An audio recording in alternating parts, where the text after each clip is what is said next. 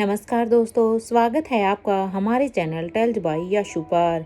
यहाँ पर आपको मिलेंगी रोचक और सस्पेंसफुल कहानियाँ। अगर आपको यहाँ पर हमारी कहानियाँ पसंद आती हैं तो कृपया करके आप हमारी वीडियोस को लाइक करें, इसको अपने दोस्तों को साथ शेयर करें और साथ के साथ अपना कमेंट करना ना भूलें। अगर आप इस चैनल पर नए हैं तो कृपया करके इसे सब्सक्राइब भी करें। आपका ज्यादा समय न लेते हुए चलो आज की कहानी को शुरू करते हैं। पिछले एपिसोड में हमने सुना था कि अब तक अक्षय वर्मा वहां पर राकेश दीक्षित बनकर वहां पर आ गया था। अब वो वहां पर आने के बाद अब रघुवीर शेखावत भी अभी उसी रूम में था, क्योंकि वो भी उसके साथ आया था। कॉलेज के स्टूडेंट को देखकर अब अक्षय वर्मा काफी इमोशनल होते हुए कहता है, यार इन्हें देखकर तो मुझे अब मेरे ही कॉलेज की याद आ गई, मैं क्या करूं। एक जमाना था कि मैं भी इसी तरह से कॉलेज में जाता था और वहां पर मेरी मुलाकात वहीं पर ही तो आयशा से हुई थी। ये कहते हुए ही अब अक्षय वर्मा फ्लैट के एक हॉल में आ जाता है तो वो देखता है कि रघुवीर शेखावत उसे ही घूर घूर कर देख रहा था। रघुवीर शेखावत को खुद के इस तरह से घूरता हुआ देखकर अब अक्षय वर्मा उसे पूछता है, क्या हुआ है, तुम मुझे ऐसे क्यों देख रहे हो, आखिर मैंने अब क्या कह दिया। अक्षय वर्मा का ये सवाल सुनकर अब रघुवीर शेखावत कहता है कि तुम रुक क्यों गए, मुझे तो तुम्हारी बातों में बड़ा ही इंटरेस्ट आ रहा था। काश बताओ ना जल्दी, मैं भी सुनना चाहता हूँ कि तुम्हारी आयशा के साथ मुलाकात कैसे हुई थी, आगे क्या हुआ था जो तुम आयशा मारवा से शादी नहीं कर पाए थे। मुझे भी अब तुम्हारी लव स्टोरी को जानने का इंटरेस्ट जग रहा है, इसलिए मैं तुम्हें ऐसे देख रहा हूँ ताकि तुम आगे कंटिन्यू करो। रघुवीर शेखावत की ये बात सुनकर अब अक्षय वर्मा कहता है, मैं तेरे सवाल का जवाब बाद में दूंगा, क्योंकि पहले तो खुद ही मेरे दिमाग में इतने सारे सवाल हैं जिनका जवाब आज तक मुझे ही नहीं मिला है। मैंने कितनी ही कोशिश की है उन सवालों को जानने की, लेकिन पता नहीं मैं कभी उन तक पहुंच ही नहीं पाया। अक्षय वर्मा की ये बात सुनकर अब रघुवीर शेखावत कहता है, क्या कहना चाहते हो, मैं कुछ समझा नहीं, तुम्हारी बात का मतलब क्या है। कौन से सवालों को तुम आज तक नहीं ढूंढ पाए हो। रघुवीर शेखावत की बात पर अब ज्यादा ध्यान न देते हुए अब अक्षय वर्मा कहता है, अबे उस वक्त कॉलेज में आयशा एक स्कॉलर स्टूडेंट थी। स्कॉलरशिप के थ्रू वो वहां पर उस कॉलेज में आई थी। वो एक मिडिल क्लास की फैमिली से बिलोंग करती थी, लेकिन मुझे ये समझ नहीं आ रहा था कि आखिर मारवा हाउस के हेड मिस्टर धर्मराज मारवा उसे अपने घर की बहू क्यों बनाना चाहते थे, क्योंकि देखने में आयशा बिल्कुल एक सिंपल सैंपल सी लड़की थी और उसकी फाइनेंशियल सिचुएशन भी कुछ अच्छी नहीं थी। उसकी माँ बीमार रहती थी और शायद उसकी माँ के अलावा उसकी फैमिली में और कोई था भी नहीं। पता नहीं अगर कोई था भी तो, लेकिन मैं बस उसकी माँ के बारे में ही जानता हूँ। मुझे इतना पता है कि उसकी माँ की उस समय पर बहुत ही ज्यादा तबीयत खराब थी, जबकि इसलिए पता नहीं क्यों मारवा परिवार ने उसे अपने घर की बहू बनाने के लिए सोचा। शायद वो जानते थे कि उनका बेटा स्वाति मल्होत्रा से प्यार करता है, तो फिर क्यों उन्होंने अपने ही बेटे को फोर्स किया, क्योंकि उस समय पर धर्मराज मारवा अच्छी तरह से जानते थे कि उसका बेटा किसी और को चाहता है, लेकिन फिर भी उन्होंने फोर्स करके उसकी शादी आयशा से करवा दी। मुझे तो आज तक ये समझ नहीं आ रहा है कि आखिर उस समय पर उन सब के दिमाग में क्या खिचड़ी पक रही थी। काश उस समय पर धर्मराज मारवा ऐसा कुछ भी नहीं करता तो आज मैं भी अपनी ही लाइफ में सेटल हो चुका होता। लेकिन उस समय उसने अपने बेटे को इतना फोर्स किया कि वो आयशा से शादी कर ले, और इतना ही नहीं बल्कि वो आयशा की बीमार माँ का इलाज करवाने के लिए भी तैयार थे। शायद इसी कंडीशन के चलते आयशा भी अब अपनी माँ को ठीक करने के चक्कर में वो भी अब उससे धर्मराज मारवा के बेटे से शादी कर लेती है। शायद आयशा की भी यही मजबूरी रही थी। अक्षय वर्मा की ये बात सुनकर अब रघुवीर शेखावत कहता है, ऐसा कैसे हो सकता है कि कोई अनजान के लिए या फिर बिना कोई सेल्फिश मोटिव के कोई किसी की हेल्प क्यों करेगा। तुम खुद ही सोचो ना कि आखिर उन्होंने उसकी माँ को ठीक कराने के लिए मदद क्यों की। रघुवीर शेखावत की ये बात सुनकर तो अब अक्षय वर्मा कहता है कि इस सवाल का जवाब तो मेरे पास भी नहीं है। काश मैं भी इस सवाल का जवाब जानता कि आखिर उस समय पर यह सब क्या चल रहा था। ये कहते हुए ही अक्षय वर्मा फिर से एक गहरी सोच में चला जाता है। तो वहीं दूसरी तरफ अब तक शीला के साथ सभी अभी उस गांव में आ गए थे जहां पर उन्होंने आने का पहले से प्लान किया था, जहां पर अब वो पूरा ही गांव बसा हुआ था। उसके कुछ किलोमीटर दूर एक घर था जिसे राजीव गुलेरिया ने अपने नाम पर पहले से ही उसे बुक करवा लिया था, क्योंकि शायद ये लोगों का अब यहीं पर कुछ समय के लिए ठहरने का प्लान था।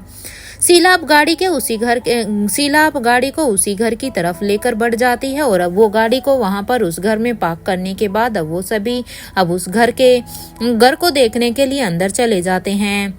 शायद ये घर उनके प्लान के अकॉर्डिंग बिल्कुल ही ठीक था। अंदर जाते ही बड़ी रानी के भाई ने पूछा कि आखिर ये गांव क्यों चुना है तुम लोगों ने?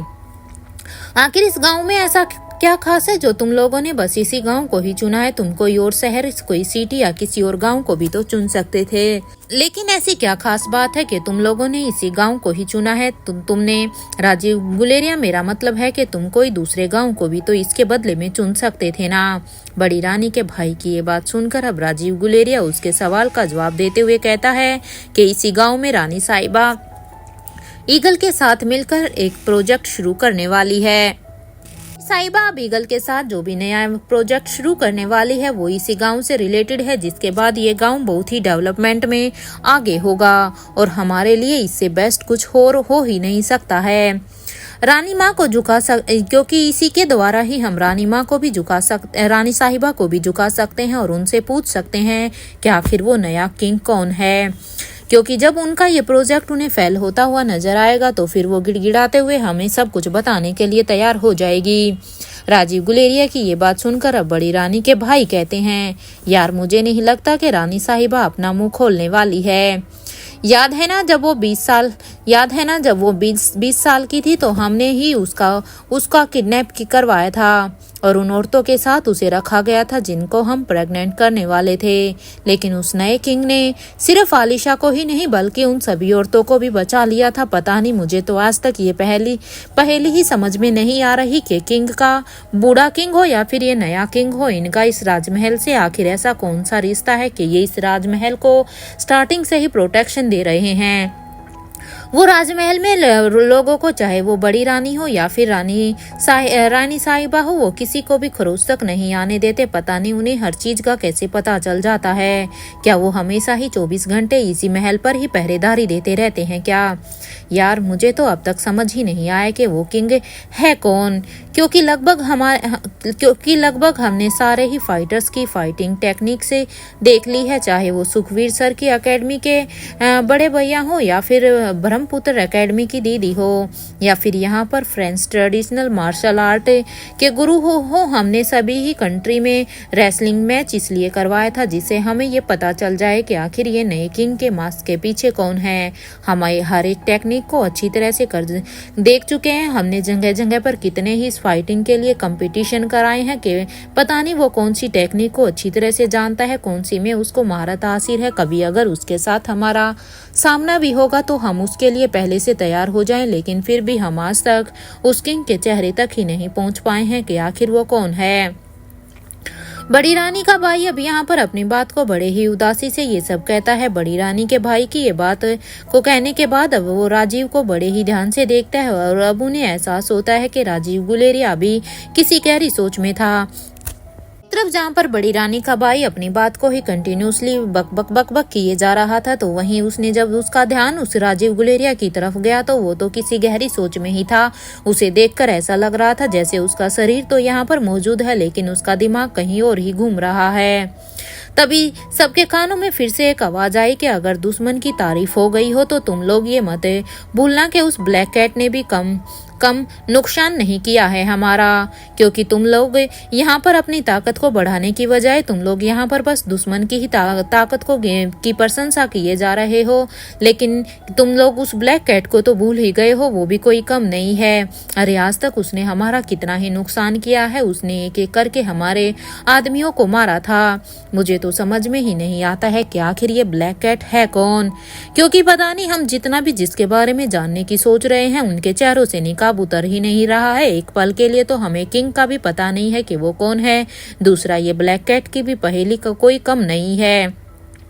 क्योंकि ब्लैक कैट के बारे में तो कोई भी नहीं जानता कि वो कौन है। बस सबने उसको ब्लैक कैट से उसका नाम बुलाते हैं, लेकिन उसका चेहरे के पीछे, लेकिन उस ब्लैक कैट के पीछे चेहरा कौन है ये आज तक कोई भी नहीं जानता। ये उस नए किंग के साथ क्यों है, आखिर उसका नए किंग के साथ कनेक्शन क्या है जो ये हमेशा से ही उसी के साथ होती है। आखिर कितने पैसे दिए होंगे किंग ने उस ब्लैक कैट को अपनी क्लोज सिक्योरिटी गार्ड बनाने के लिए। किंग ने कितने ही पैसों में उसे खरीदा हुआ होगा। बस एक बार मुझे ये पता चल जाए तो मैं फिर उस ब्लैक कैट को भी उस नए किंग से भी ज्यादा पैसे ऑफर करूंगी ताकि वो हमारे लिए काम करे। मैं उसे इतने पैसे ऑफर करूंगी कि उसे फिर अपनी पूरी लाइफ में कोई काम करने की भी जरूरत नहीं होगी। लेकिन एक बार उसके बारे में कुछ पता तो चले, फिर तो देखो मैं इस पब्बाजी को कितनी जल्दी पलटती हूँ। वो उस नए किंग से पता लगवा लें कि आखिर उसने उन्हें कहाँ किडनैप कर रखा है। क्योंकि अगर एक बार ब्लैक कैट हमारे शिकंजे में आ गई, हमारी बातों में आ गई, तो उसके बाद तो हम ब्लैक कैट के थ्रू ही उस नए किंग से पता करवा लेंगे कि उन्होंने हमारे आदमियों को किडनैप कर कहाँ रखा हुआ है, ताकि हम फिर उन्हें आसानी से वहां से छुड़ा सकें। क्योंकि एक वही है जो अपने दिमाग की ताकत से उन तक पहुंच सकती है, जिन्होंने तुम सबको उसे मरे हुए किंग से बचाया था, लेकिन वो खुद उसके पास फंस गए। शीला की ये बात सुनकर अब दमयंती देवी फिर से कहती है कि जब तुम्हें कुछ पता ही नहीं है तो क्यों अपना मुंह खोलती हो रे? तुम्हारा मुंह नहीं दुखता है क्या? कभी तो चुप रहा करो। तुम खुद तो उस वक्त हमारे साथ नहीं थी ना, तुम तो इंडिया में थी, तो तुम्हें क्या पता कि उस समय हमारी हालत कैसी थी। बस तुम्हें तो हमें कुछ ना कुछ सुनाने के लिए मिलना चाहिए, इसलिए तुम्हारा मुंह तभी जल्द से जल्द खुल जाता है। काश उस समय भी अगर तुम हमारे साथ होती वहाँ की हालत देखकर, तो तुम आज इतना बकबक नहीं कर रही होती। लेकिन हाँ, हम जानते हैं अगर उन्हें आने में थोड़ी सी भी देर हो जाती ना, तो आज हम सभी जिंदा नहीं होते। उस मरे हुए किंग की आंखों में हमने अपनी मौत देखी थी, लेकिन हाँ, अगर वो नहीं आते ना, तो पता नहीं हम सब जिंदा भी होते या अब तक हम परलोक में पधार चुके होते। दमयंती की ये बात सुनकर अब राजीव गुलेरिया कहता है, क्या तुम अपना मुंह बंद नहीं कर सकती हो क्या जरूरत है तुम्हें उस दिन को बार बार याद करने की? क्योंकि उस दिन को बार बार याद करने के बाद तो राजीव का गुस्सा तो बढ़ता ही था, साथ में साथ उसका डर भी किंग के लिए नाम से बढ़ने शुरू हो जाता था। इसलिए राजीव गुलेरिया को उस दिन के बारे में सोचना भी पसंद नहीं था, और दमयंती यहाँ पर उसके उन्हीं जख्मों को अब हरा कर देती है। राजीव गुलेरिया की ये बात सुनकर अब दमयंती गुस्से से कहती है, अपना चेहरा देखो राजीव, हम सभी के चेहरे पर उस मरे हुए किंग का खौफ है। हम चाहकर भी कभी ये नहीं भूल सकते कि वो हमें बचाने के लिए वहां आए थे। चाहे तुम इस बात को कितना भी नकारने की कोशिश क्यों ना करो, चाहे तुम इस बात से कितना भी पीछा छुड़ाने की कोशिश क्यों ना करो, लेकिन सच तो यही है कि हम आज भी, क्योंकि हमने उस समय किंग के गुस्से को भी देखा था, इसलिए हम आज भी उसके गुस्से को अपनी आंखों के सामने साक्षात देख सकते हैं। और हम इस बात को भी नहीं झुठला सकते कि अगर उस समय वो हमें बचाने के लिए नहीं आए होते तो अब तक तो हम मर चुके होते। लेकिन पता नहीं कैसे वो बूढ़े किंग के हाथ लग गए, क्योंकि वो हमें बचाने के लिए तो आए थे, लेकिन हमें बचाने के चक्कर में वो खुद ही उसके किंग के हाथ लग गए। और पता नहीं मरने से पहले उसने उन्हें कहाँ पर रखा है, क्योंकि उन लोगों ने हमें तो बचा लिया था, लेकिन वो खुद अब किंग के हाथों चढ़ गए। इसलिए ही शायद किंग ने उन्हें किडनैप कर लिया, और इतने साल हो गए जो आज तक हमें उनका पता नहीं चला। पता नहीं वो भी जिंदा भी होंगे या मर चुके होंगे।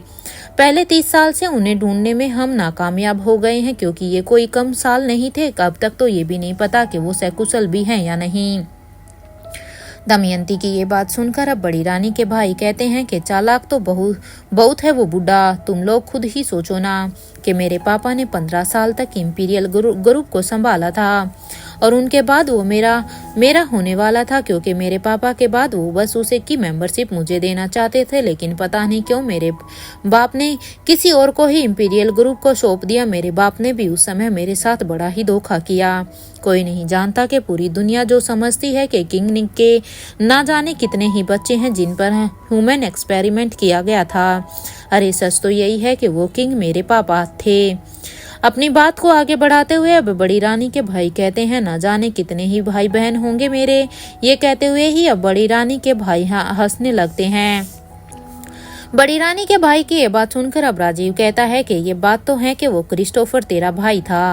राजीव गुलेरिया की ये बात सुनकर अब बड़ी रानी के भाई कहते हैं कि देख, ये फालतू के रिश्ते मत बना मेरे साथ, क्योंकि ऐसे तो पता नहीं तुम कितने ही लोगों के मेरे भाई बहन बना दोगे। और हाँ, वैसे भी मुझे ये समझ नहीं आता कि इस दमयंती और इसकी स्त्री सिपाहियों ने उस क्रिस्टोफर को क्यों मारा था, क्योंकि क्रिस्टोफर को तो जहाँ पर किंग से रिलेटेड था उसने तो अब शायद इस काम को भी छोड़ दिया था। फिर दमयंती ने और इसकी सिपाहियों ने उस क्रिस्टोफर को क्यों मारा था? बोल दमयंती, तुमने ऐसा क्यों किया था? बड़ी रानी के भाई की यह बात सुनकर अब दमयंती भी उसकी तरफ गुस्से से देखती है और कहती है, हमने उसे मारा नहीं था, लेकिन हाँ, उसे घायल जरूर किया था, क्योंकि उस वक्त ना तो वो V16 पावर ड्रग का राज बता रहा था और ना ही हमें उसने किंग के बारे में, क्योंकि हाँ, हमने उसे किडनैप किया था। हम उसे V16 पावर ड्रग के बारे में जानना चाहते थे, क्योंकि यहाँ पर अनिका ने क्रिस्टोफर को V16 पावर ड्रग का वो डोज देकर बचाया था और उसका सीक्रेट शायद वही ही जानता था कि फिर अनिका ने उसका अपने बेटे को कैसे बचाया था, और इसीलिए ही हमने उसको किडनैप किया था कि अगर हम अनिका से कोई सच नहीं जान पा रहे हैं तो शायद हम उस क्रिस्टोफर से तो सच जान ही सकते थे। लेकिन हाँ, एक बात है कि एक टाइम के बाद वो बताने के लिए भी तैयार हो गया था, लेकिन फिर पता नहीं कि कहां से एक गोली आई और उसके सीने पर लगी, क्योंकि हम उसे मारना नहीं चाहते थे, बस हम उसे मारपीट करके उसे तड़पा के बस उसके मुंह से उस सारा सच उगलवाना चाहते थे। और एक समय ऐसे आ गया था कि हमने उसे अपना मुंह खोलने के लिए भी कन्विंस कर लिया था। वो हमें सब कुछ बतौते की तरह बताने ही वाला था, लेकिन पता नहीं किसी ने चुपके से उस पर गोली चलाई और उसके सीने में लगने से ही वो वहीं पर ही उसने अपना दम तोड़ दिया था। उसने तुरंत अपना दम वहीं पर तोड़ दिया। देखने वाले तो अभी कोई तो यही लगा था कि उसे मेरी ही स्त्री सिपाहियों ने मारा था, लेकिन सच तो सिर्फ वो सभी ही जानती थी। तुम सब खुद ही सोचो ना, जब क्रिस्टोफर हमारा साथ देने के लिए तैयार हो गया था तो हम उसे क्यों मारते? क्योंकि ये तो हमारे लिए अच्छा ही होने वाला था ना, कि अगर उस क्रिस्टोफर की उस समय मौत नहीं होती तो शायद आज हम उस V16 पावर ड्रग तक पहुंच ही चुके होते। दमयंती की ये बात सुनकर अब राजीव गुलेरिया कहता है कि अब कैसा है क्रिस्टोफर? राजीव गुलेरिया की ये बात सुनकर तो बड़ी रानी के भाई और शीला दोनों ही अब बस फटी हुई आंखों से कभी दमयंती को देखते हैं तो कभी राजीव गुलेरिया को, क्योंकि दमयंती तो अभी कह रही थी कि उसने अपना दम तोड़ दिया था, लेकिन फिर भी राजीव दमयंती से कहता है कि अब क्रिस्टोफर कैसा है। इसलिए अब उन दोनों को ही बड़ी ही हैरानी होती है। शीला अब कहती है कि ये क्या बकवास कर रहे हो तुम राजीव, वो तो मर चुका है ना, जब दमयंती सीधे सीधे ही कह चुकी है कि उस गोली के लगने से वो वहीं पर ही दम तोड़ चुका था। अरे खुद दमयंती ने ही तो उसे मारा था, मैंने भी उसकी डेड बॉडी को बड़ी अच्छी तरह से देखा था। जब उस अनिका को ढूंढते हुए रोहित मारवा को क्रिस्टोफर की डेड बॉडी वहां पर उस तालाब में मिली थी, वो मर चुका है। शीला की ये बात सुनकर अब दमयंती कहती है कि तुम मुझे इतनी कच्ची खिलाड़ी समझती हो, जो हमारा साथ देने के लिए तैयार हो गया हो तो मैं उसे मरने दूंगी, क्योंकि मैं इतनी भी कच्ची खिलाड़ी नहीं हूँ। हाँ, ये बात अलग है कि अब तक हम जीत नहीं पाए हैं, लेकिन हाँ, मैं भी किसी से कम नहीं हूँ। भले ही क्रिस्टोफर को उस समय पर गोली लगी थी, लेकिन मैं उसको ऐसे मरने नहीं दे सकती थी, क्योंकि उसके पास ऐसे राज थे जो हमारे काम के थे। आखिर क्या वजह थी जो उस अनिका के बेटे की जिम्मेदारी उस क्रिस्टोफर ने उठाई थी? क्योंकि अगर वो अलेक्जेंडर अनिका का बेटा था तो इतने सालों तक क्रिस्टोफर ने उसे क्यों पाला था? और उसे राजमहल के बेसमेंट का होल्ड कैसे मिल गया था? क्योंकि हम तो राजमहल तक कभी पहुंच भी नहीं पाते हैं, क्योंकि वहां की सिक्योरिटी इतनी है। लेकिन हाँ, क्रिस्टोफर के पास तो उसके बेसमेंट का पूरा ही होल्ड था, जहां पर उसने, मैंने सुना है, उसके बेटे को भी रखा था। दमयंती की ये बात सुनकर अब शीला कहती है कि इस वक्त कहाँ है क्रिस्टोफर? शीला की ये बात सुनकर अब दमयंती कहती है कि मरा हुआ ही समझो उसे, अब तक कोई इम्प्रूवमेंट नहीं है, क्योंकि उस समय लोगों को दिखाने के लिए तो हमने एक डेड बॉडी को अरेंज कराया था और उसके चेहरे को ऐसे कुचल दिया था कि जिससे कोई भी ये नहीं पहचान सकता था कि वो क्रिस्टोफर है या कोई और उसके पास हमने क्रिस्टोफर की ही सारी चीजों को रख दिया था, ताकि अगर कोई छानबीन भी करे तो उससे ये साबित हो सके कि ये क्रिस्टोफर ही है। और इसलिए जब रोहित वहां पर जब अनिका को की छानबीन कर रहा था तो तभी उसे वहां पर वो डेड बॉडी मिली थी, और शायद उसने भी समझ लिया था कि ये शायद क्रिस्टोफर की ही डेड बॉडी है। है, लेकिन हमने उसे बड़ी ही सेफली बचा तो लिया था, लेकिन अभी भी वो मरे हुए के ही बराबर है, क्योंकि अभी भी इतना समय हो गया, लेकिन अभी भी उसमें कोई भी इम्प्रूवमेंट नहीं हुई है। पता नहीं आखिर वो गोली उस पर चली कैसे थी, किसने चलाई थी, क्योंकि उस गोली में जो केमिकल था वो बहुत ही स्ट्रॉन्ग पॉइजन था। वो तो मैं ही जानती हूँ कि आखिर किस तरह से बस उसकी सांसें चल रही हैं, लेकिन वो एक जिंदा लाश की तरह है। वो अभी हमें कोई भी राज तो क्या, वो अपना मुंह खोलने तक लायक भी नहीं है। दमयंती की ये बात सुनकर अब शीला कहती है कि तो फिर वो कौन था जो क्रिस्टोफर बनकर मर गया था। शीला की यह बात सुनकर अब दमयंती कहती है वो तो तुम्हें राजीव गुलेरिया से ही पूछना चाहिए, वो तो तुम्हें राजीव गुलेरिया ही बता सकते हैं। वो तुम्हें बेहतर तरीके से इस बात को बता भी सकते हैं और समझा भी सकते हैं कि हमने आखिर किस तरह से रोहित मारवा और उस स्पेशल डिपार्टमेंट के ऑफिसर्स भूमिका मारवा को हमने क्रिस्टोफर में ही उलझाकर उस समय पर रख दिया था, क्योंकि जिस समय पर वो अनिका को ढूंढ रहे थे उस समय पर उन्हें उस केस के लिए उलझाना बहुत ही जरूरी था। अपनी बात को अब आगे बढ़ाते हुए अब दमयंती कहती है कि राजीव गुलेरिया क्या है, तुमसे पूछ सकती हूँ कि उस क्रिस्टोफर को बचाने के लिए तुमने क्यों कहा था कि मुझे क्रिस्टोफर को बचाना ही होगा। दमयंती की ये बात सुनकर अब राजीव गुलेरिया कहता है कि अगर क्रिस्टोफर उस समय पर मर गया ना, तो समझ लेना कि राजमहल के बेसमेंट का होल्ड जो क्रिस्टोफर के ही हाथ में है ना, वो उसके मरने के बाद ऑटोमेटिकली उस नए किंग के ही हाथ में चला जाएगा।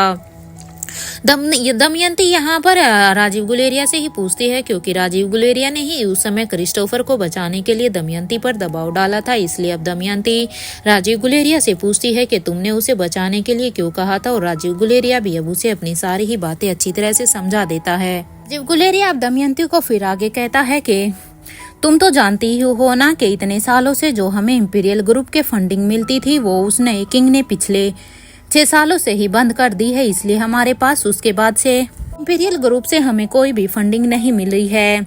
अगर ये राजमहल के बेसमेंट का भी होल्ड अगर उसके हाथों में चला गया तो ये हम सब के लिए एक प्रॉब्लमैटिक हो जाएगा। इसलिए जब तक क्रिस्टोफर ठीक नहीं हो जाता है, हमें क्रिस्टोफर और आशीष डोगरा जैसे चेहरों का इस्तेमाल करना ही होगा, क्योंकि वही हमारे लिए सबसे बड़े प्यादे हैं। और वैसे भी अनिका गुलेरिया ने क्रिस्टोफर के चेहरे की प्लास्टिक सर्जरी की थी, ये बात कितने ही लोग जानते हैं। ये कहते हुए ही अब राजीव गुलेरिया हंसने लगता है कि तभी उसकी नज़र अब दमयंती पर जाती है। अब जो अभी भी उसी ही कंफ्यूजन में थी, उसे अभी भी कुछ भी समझ नहीं आ रहा था कि आखिर राजीव कहना क्या चाह रहा था। वो बस कुछ बातों को ही समझ पा रही थी। दमयंती को इतनी हैरान देखकर अब बड़ी रानी का भाई कहता है कि क्या हुआ दमयंती, तुम्हें देखो, तुमने क्रिस्टोफर को मरने नहीं देना है। चाहे कुछ भी हो जाए, क्रिस्टोफर को कुछ भी नहीं होना चाहिए, उसे हर हाल में बचाना ही है। बड़ी रानी के भाई की ये बात सुनकर अब दमयंती कहती है कि तुम सब तो अपना मुंह बंद ही करो। जब मुझे तुम सब की जरूरत थी तो तुम सब में से कोई भी मेरे साथ नहीं था, क्योंकि मेरी माँ मर गई और मेरी बेटी भी। उस समय मुझे तुम सब की बहुत ही ज़्यादा ज़रूरत थी, लेकिन उस समय तो तुम में से किसी ने अपनी शक्ल तो क्या अपने कॉन्टैक्ट भी सामने नहीं आने दिए। तुम्हें पता है किस तरह से उन्होंने मेरी माँ को और मेरी बेटी को मेरी ही आंखों के सामने मार दिया। अब इस दुनिया में वो नहीं रही। यहाँ आने के बाद मैंने तुम सब से एक ही रिक्वेस्ट की थी कि मेरी दूसरी बेटी को ढूंढने में मेरी मदद करो, लेकिन तुम में से किसी ने भी मेरी बात नहीं सुनी। तो अब मैं क्यों सुनूं तुम लोगों की? अगर तुम सब से होता है तो खुद ही तुम उस क्रिस्टोफर को ही बचा लो ना, क्योंकि उस क्रिस्टोफर को बचाने के लिए तो तुम लोग इतने मुझे इंसिस्ट कर रहे हो, लेकिन उस समय पर तुम लोग कहाँ थे जब मुझे तुम सब की बहुत ही ज़रूरत थी। क्योंकि अगर उस समय तुम सब मेरा साथ देते तो शायद आज इस दुनिया में मेरी माँ भी जिंदा होती और मेरी बेटी भी, क्योंकि उसे बचाना और अगर तुम्हें इतना ही क्रिस्टोफर से इतना ही लगाव आ रहा है तो तुम खुद ही उसे बचा लो, क्योंकि उसे बचाना मेरे बस का अब नहीं है। मैं उसका जितना ट्रीटमेंट कर सकती थी मैं उसका उतना ट्रीटमेंट कर चुकी हूँ, लेकिन वो अभी भी एक जिंदा लाश की तरह है। दमयंती की यह बात सुनकर इससे पहले कि राजीव और बड़ी रानी का भाई कोई भी रिएक्शन देते कि तभी सबके कानों में अब एकदम से शीला की आवाज आई कि तुम अपनी दूसरी बेटी के लिए इतनी बेसब्रा क्यों हो रही हो। मैं खुद कुछ बता दूं इस वक्त के जिस बेटी को तुम ढूंढने के लिए तुम इतनी बेसब्री हो रही हो वो कौन है। ये कहते हुए ही अब शीला एक सरकास्टिक स्माइल से अब दमयंती को ही देखती है।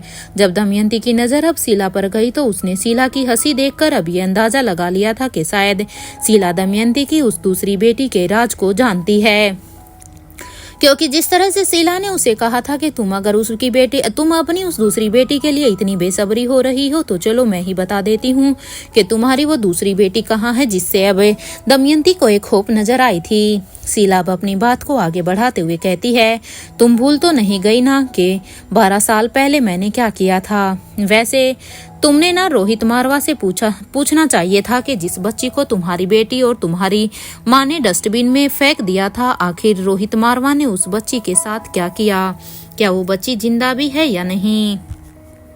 शीला की ये बात सुनकर अब दमयंती कहती है कि तुम ऐसा कैसे कर सकती थी शीला, तुमने मेरी बेटी को भी अपनी प्लानिंग का हिस्सा बना दिया था क्या। ये कहते हुए ही अब दमयंती अब राजीव गुलेरिया को देखते हुए कहती है, मुझे शीला से तो ऐसी उम्मीद नहीं थी कि ये भी मेरे साथ कुछ ऐसा करेगी। ये तो ऐसी ही है, लेकिन तुम क्यों खामोश थे उस समय पर। उस वक्त राजीव तुमने शीला को क्यों नहीं रोका था। You know what Rajiv Guleria, तुम एक बेटी के बाप होना डिजर्व ही नहीं करते हो। अपनी बात को अब आगे बढ़ाते हुए दमयंती कहती है कि अगर वो मेरी बेटी की जगह अंजलि की बेटी होती तो क्या तुम तब भी वैसे ही खामोश होते जैसे तुम उस वक्त थे। दमयंती की ये बात सुनकर अब राजीव गुलेरिया कहता है कि उस वक्त जो शीला ने किया था उसमें तुम्हारी बेटी की मर्जी भी शामिल थी। उसे ही शौक था ना रोहित मारवा के बच्चों की मां बनने का, जिसके बाद वो रोहित मारवा से शादी कर सके। तो इन सब में तुम मुझे क्यों ब्लेम कर रही हो, क्योंकि तुम्हारी बेटी की खुद की ही ऐसी मर्जी थी। तुम्हारी बेटी भी कोई दूध की धुली हुई नहीं थी। अपनी बात को आगे बढ़ाते हुए अब राजीव कहता है कि एक तो मुझे समझ में ही नहीं आता कि राजीव के गुलेरिया परिवार की सारी ही लड़कियां उस एक रोहित मारवा के लिए ही पागल क्यों हैं। पता नहीं सारी ही लड़कियों को कि रोहित मारवा में ऐसा क्या कुछ दिखाई दे रहा है। एक तो लच्छो और फिर वो करण की गोद ली हुई बेटी व्योमा, सबका दिमाग खराब हो रखा था उस समय पर। राजीव गुलेरिया की ये बात सुनकर अब शीला अपने ही मन में सोचती है कि अच्छा हुआ कि अंजलि की बेटी अब इस दुनिया में नहीं है, वरना कहीं ऐसा ना हो कि उसे भी रोहित मारवा ही पसंद होता, उसका भी क्रश रोहित मारवा ही होता। ये सोचते हुए ही अब शीला के चेहरे पर भी एक समाइल आ जाती है। दमयंती अब राजीव की ये बात सुनकर अब कहती है, लेकिन लच्छो के रोहित मारवा, लच्छो ने जिसे पसंद किया था वो रोहित मारवा नहीं था, क्योंकि वो रोहित मारवा जैसा दिखता जरूर था लेकिन वो रोहित मारवा नहीं था। तुम कैसे कह सकते हो कि लच्छो का क्रश भी रोहित मारवा ही था।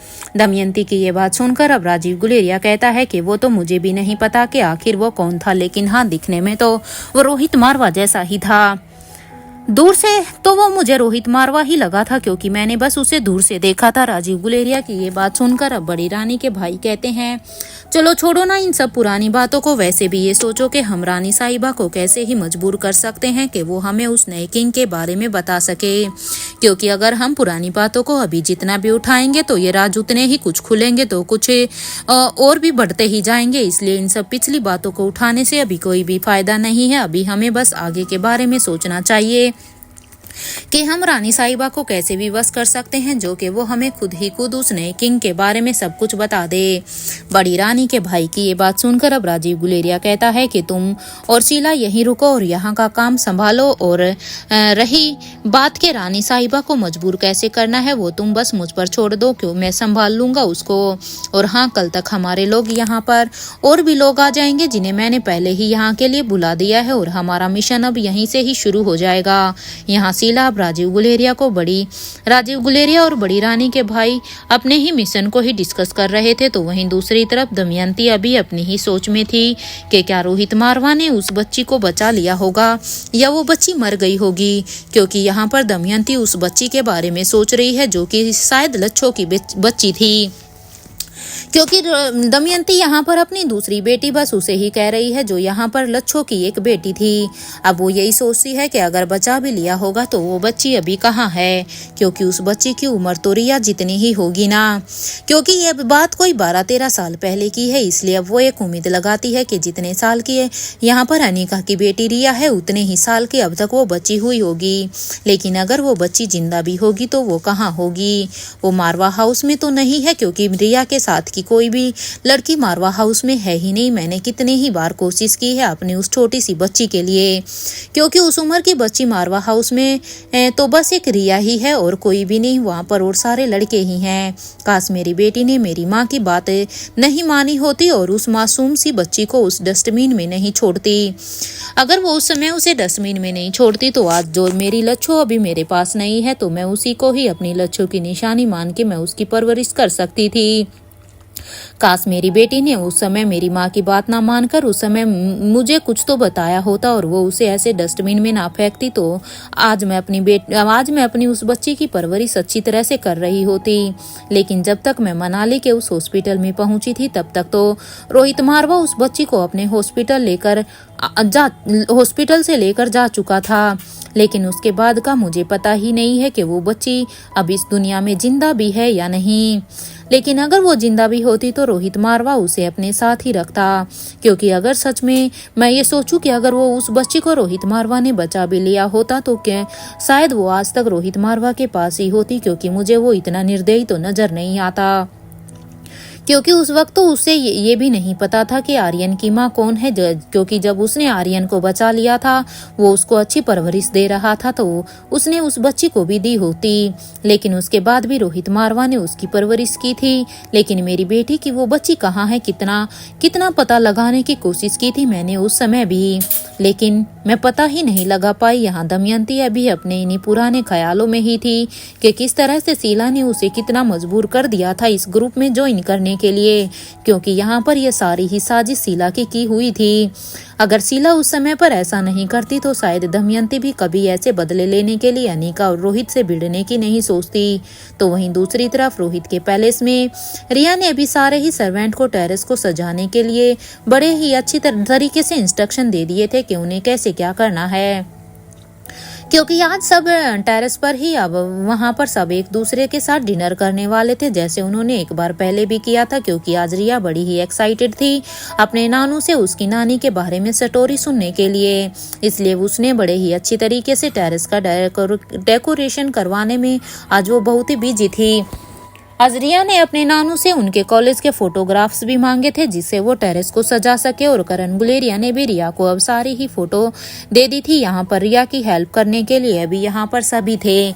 रिया की एक्साइटमेंट तो आज 7वें आसमान पर थी। उसे तो आज ऐसा लग रहा था पता नहीं आज रात उसे क्या ही मिल जाएगा, क्योंकि वो बस अपने नाना और नानी की लव स्टोरी को जानने के लिए आज बड़ी ही उत्सुक हो रही थी, जिसलिए उसकी खुशी को देखकर आज यहाँ पर रोहित के पैलेस में आज सभी ही खुश थे।